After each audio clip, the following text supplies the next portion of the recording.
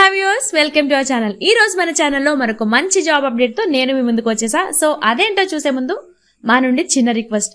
చాలా మంది మన వీడియోస్ చూస్తున్నారు కానీ ఎవరు మన ఛానల్ ని సబ్స్క్రైబ్ చేసుకోవట్లేదు. ప్లీజ్ ఛానల్ ని సబ్స్క్రైబ్ చేసుకుని మాకు కొంచెం సపోర్ట్ చేయండి. సో మనం ఈ రోజు నోటిఫికేషన్ చూసుకున్నట్లయితే ఎన్ఎండిసి నుంచి ఒక మంచి నోటిఫికేషన్ అయితే రిలీజ్ అయింది. సో ఇక్కడ మనం చూసుకున్నట్లయితే ఇక్కడ ట్రైనింగ్ ఇచ్చి తర్వాత గవర్నమెంట్ అటెండర్ జాబ్స్ అయితే మీకు ఇస్తారు అనేసి ఇక్కడ నోటిఫికేషన్ లో ఉంది. సో ఆ డీటెయిల్స్ ఏంటో, మీకు ఉండవలసిన క్వాలిఫికేషన్స్ ఏంటో, దానికి ఎలా అప్లై చేసేయాలో మనం ఈ వీడియోలో క్లియర్గా చూసేద్దాం. సో ఇక్కడ మనం చూసుకున్నట్లయితే ఎన్ఎండిసి లిమిటెడ్ నుంచి ఫీల్డ్ అటెండర్ ట్రైనీ పోస్టుల కోసం ఒక నోటిఫికేషన్ అనేది రిలీజ్ చేశారు. సో ఈ జాబ్ కోసం ఇక్కడ ఫీల్డ్ అటెండెంట్ ట్రైనీ ఈ ఉద్యోగాల కోసం ఉన్న వివరాలు ఏంటి అనేది ఇప్పుడు మనం క్లియర్గా చూసేద్దాం. So NMDC field attendant trainee RS01 ఈ పోస్టుల కోసం మొత్తం టోటల్గా 151 వేకెన్సీస్ అయితే ఇక్కడ ఉన్నాయని చెప్తున్నారు. సో అవి వచ్చేసి Bailadila iron ore mine Kirandul complex లో 86 వేకెన్సీస్ అయితే ఉన్నాయి. అండ్ నెక్స్ట్ వచ్చేసి Bailadila iron ore mine Bacheli complex లో వచ్చేసి 38 వేకెన్సీస్ అయితే ఉన్నాయి. నెక్స్ట్ వచ్చేసి డోనిమలై ఐరన్ ఓర్ మైన్ ఇక్కడ డోనిమైలే కాంప్లెక్స్ లో 27 వేకెన్సీస్ అయితే ఉన్నాయి అంటున్నారు. ఇక్కడ మనం చూసుకున్నట్లయితే టోటల్ గా 151 వేకెన్సీస్ అయితే ఇక్కడ మనకు ఉన్నాయి. సో ఈ జాబ్స్ కోసం మీకు ఉండవలసిన క్వాలిఫికేషన్స్ మనం చూసుకున్నట్లయితే మిడిల్ పాస్ అంటే 7th పాస్ అయిన వాళ్ళు లేదా ITI సర్టిఫికేట్ ఉన్న వాళ్ళు ఎవరైనా కూడా ఈ జాబ్ కి అయితే అప్లై చేసుకోవచ్చు. అండ్ ఇంకొకటి ఏంటి అంటే మీరు 7th కైనా ఎక్కువ అండ్ 7th పాస్ అయిన తర్వాత అండ్ ITI తర్వాత సర్టిఫికేట్ తర్వాత మీకు ఏమైనా ఎక్స్ట్రా క్వాలిఫికేషన్స్ ఉన్న వాళ్ళు ఎవరైనా కానీ ఈ పోస్ట్కి అయితే అప్లై చేసుకోవడానికి అయితే లేదు అనేసి ఇక్కడ క్లియర్గా మెన్షన్ చేశారు.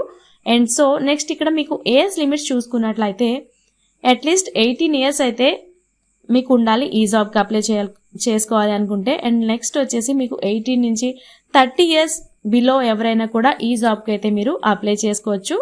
అండ్ SC/ST వాళ్ళకైతే ఒక 5 years ఏజ్ రిలాక్సేషన్ ఉంది. And OBC and non creamy layer వాళ్ళకి అయితే 3 years ఏజ్ రిలాక్సేషన్ ఉంది. And PWBD ex service mens కి అయితే యాజ్ పర్ గవర్నమెంట్స్ రూల్ ప్రకారం ఏజ్ రిలాక్సేషన్ అనేది ఉంటుంది అని చెప్తున్నారు. అండ్ కట్ ఆఫ్ డేట్ చూసుకున్నట్లయితే June 14th, 2025 ఈ డేట్ లోపు ఉన్న వాళ్ళకి ఏజ్ లిమిట్స్ అనేవి వర్తిస్తాయి అనేసి ఇక్కడ చెప్తున్నారు.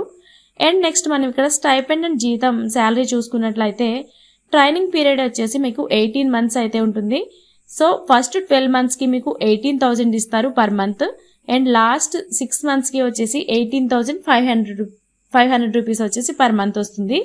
అండ్ మీకు ఇది ట్రైనింగ్ పీరియడ్ లో మాత్రమే. అండ్ నెక్స్ట్ వచ్చేసి రెగ్యులైజేషన్ అయిన తర్వాత అయితే మీకు 18,100 నుంచి 3% అంటే మీకు medical facility and provident fund and gratuity ఇలా మొదలైన అన్ని కలుపుకుని టోటల్గా చూసుకున్నట్లయితే మీకు 31,850 రూపీస్ పర్ మంత్ అనేది శాలరీ మీకు వస్తుంది.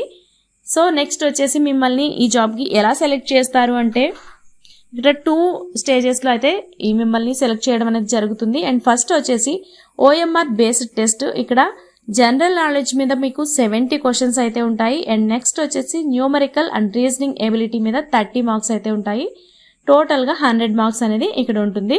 అండ్ నెక్స్ట్ వచ్చేసి మీకు మీరు ఇక్కడ క్వాలిఫై అవ్వడానికి ముందు సెలెక్ట్ అవ్వడానికి ఇక్కడ మార్క్స్ చూసుకున్నట్లయితే SC/ST PWBD వాళ్ళకి అయితే 40 మార్క్స్ వచ్చిన వాళ్ళు ఈ జాబ్కి ఎలిజిబుల్ అవుతారు. అండ్ నెక్స్ట్ వచ్చేసి OBCలో NCL వాళ్ళు NCL కేటగిరీకి గాను ఒక 45 మార్క్స్ వచ్చిన వాళ్ళు ఈ జాబ్కి ఎలిజిబుల్ సెలెక్ట్ చేసే ఛాన్సెస్ ఉంటాయి. అండ్ నెక్స్ట్ వచ్చేసి జనరల్ అండ్ EWS వాళ్ళకి అయితే మ్యాక్సిమం 50 మార్క్స్ అయితే ఉండాలి. సో నెక్స్ట్ వచ్చేసి ఫిజికల్ ఎబిలిటీ టెస్ట్ అనేది ఉంటుంది. సో ఇది క్వాలిఫైయింగ్ టెస్ట్ మాత్రమే. సో సెకండ్ స్టేజ్ వచ్చేసి ఫిజికల్ ఎబిలిటీ టెస్ట్. ఇది జస్ట్ క్వాలిఫైయింగ్ టెస్ట్ మాత్రమే. ఇక్కడ మీకు మార్క్స్ అనేది మీకు ఫైనలైజేషన్లో అయితే చూస్తారు. ఇక్కడ OMR టెస్ట్లో మార్క్స్ అనేది మీకు ఎలా చూస్తారు అంటే 1:3 రేషియోలో ఉన్న క్యాండిడేట్స్ని సెకండ్ టెస్ట్కి అయితే మిమ్మల్ని పిలుస్తారనేసి ఇక్కడ నోట్ చేశారు. అండ్ నెక్స్ట్ మీరు ఈ జాబ్కి ఎలా అప్లై చేసుకోవాలి అనుకుంటే ఇది ఆన్లైన్ అప్లికేషన్ మాత్రమే చేయాలి. సో ఇక్కడ వెబ్సైట్ ఉంటుంది కదా, లింక్ వచ్చేసి మన డిస్క్రిప్షన్లో ఉంటుంది, ఒకసారి చెక్ చేసేయండి. అండ్ మీకు వచ్చేసి అప్లై చేసుకోవడానికి మే 25th అయితే ఇది రిలీజ్ చేశారు నోటిఫికేషన్ వచ్చేసి. అండ్ June 14th వరకు అయితే మీరు ఈ జాబ్కి అప్లై చేసుకోవడానికి టైం అనేది ఉంది. అండ్ నెక్స్ట్ అప్లికేషన్ ఫీజు చూసుకున్నట్లయితే ఎస్సీ ఎస్టీ పీడబ్ల్యూబీడీ and ex service men and departmental క్యాండిడేట్స్కి అయితే ఫీజు అనేది లేదు. మిగిలిన వాళ్ళకైతే 150 రూపీస్ ఫీజు అనేది చెల్లించాల్సి ఉంటుంది అనేసి చెప్తున్నారు అప్లికేషన్ ఫీజు. అండ్ మీరు అప్లికేషన్ ఫీజెస్ వచ్చేసి UPI or credit card or net banking ద్వారా ఎస్బీఐ కలెక్ట్ చేసి మీరు ఈ ఫీజు అయితే చెల్లించే ఇది ఉంది. అండ్ మీకు ఇక్కడ ఇంపార్టెంట్ డాక్యుమెంటేషన్స్ ఏంటి అంటే మీరు రీసెంట్గా తీసుకున్న ఒక passport size photo and middle pass certificate లేదా ఐటీఐ సర్టిఫికేట్ అండ్ మీ caste and category certificate example SC ST OBC NCL or EWS or పీడబ్ల్యూబీడీ అండ్ ఇవన్నీ సర్టిఫికేట్స్ ఉన్నవాళ్ళు అవి సబ్మిట్ చేయాల్సి ఉంటుంది. అండ్ నెక్స్ట్ వచ్చేసి మీ సిగ్నేచర్ అనేది స్కాన్ కాపీ కూడా సబ్మిట్ చేయాలి. అండ్ ఇంకొకటి ఇక్కడ ఇంపార్టెంట్ నోట్ ఒకటి ఉంది. అదేంటి అంటే ఒక క్యాండిడేట్ ఒక పోస్ట్కి మాత్రమే అప్లై చేసుకోవాల్సి ఉంటుంది. ఒకే క్యాండిడేట్ వచ్చేసి ఇక్కడ 3 వేకెన్సీస్కి అప్లై చేసుకుంటే అతను చేసిన అప్లికేషన్స్ అన్నీ కూడా రద్దు అయిపోతాయని చెప్తున్నారు. సో మీరు ఈ జాబ్కి ఎలిజిబుల్ అవుదాము అనుకుంటే డెఫినెట్లీ జాబ్కి అయితే అప్లై చేసుకోండి. All the best. So okay friends, ఈ వీడియో మీరు క్లియర్గా చూసిన తర్వాత లింక్ వచ్చేసి డిస్క్రిప్షన్లో ఉంటుంది, ఒకసారి చెక్ చేసుకోండి. అండ్ మీరు ఈ జాబ్కి ఎలిజిబుల్ అవుతాము అనుకుంటే ఈ వీడియో చూసిన వెంటనే అప్లై చేసేసుకోండి. All the best. ఇలాంటి మంచి మంచి జాబ్ అప్డేట్స్ కోసం అయితే మన ఛానల్ని సబ్స్క్రైబ్ చేసుకోవడం అస్సలు మర్చిపోవద్దు. Thanks for watching.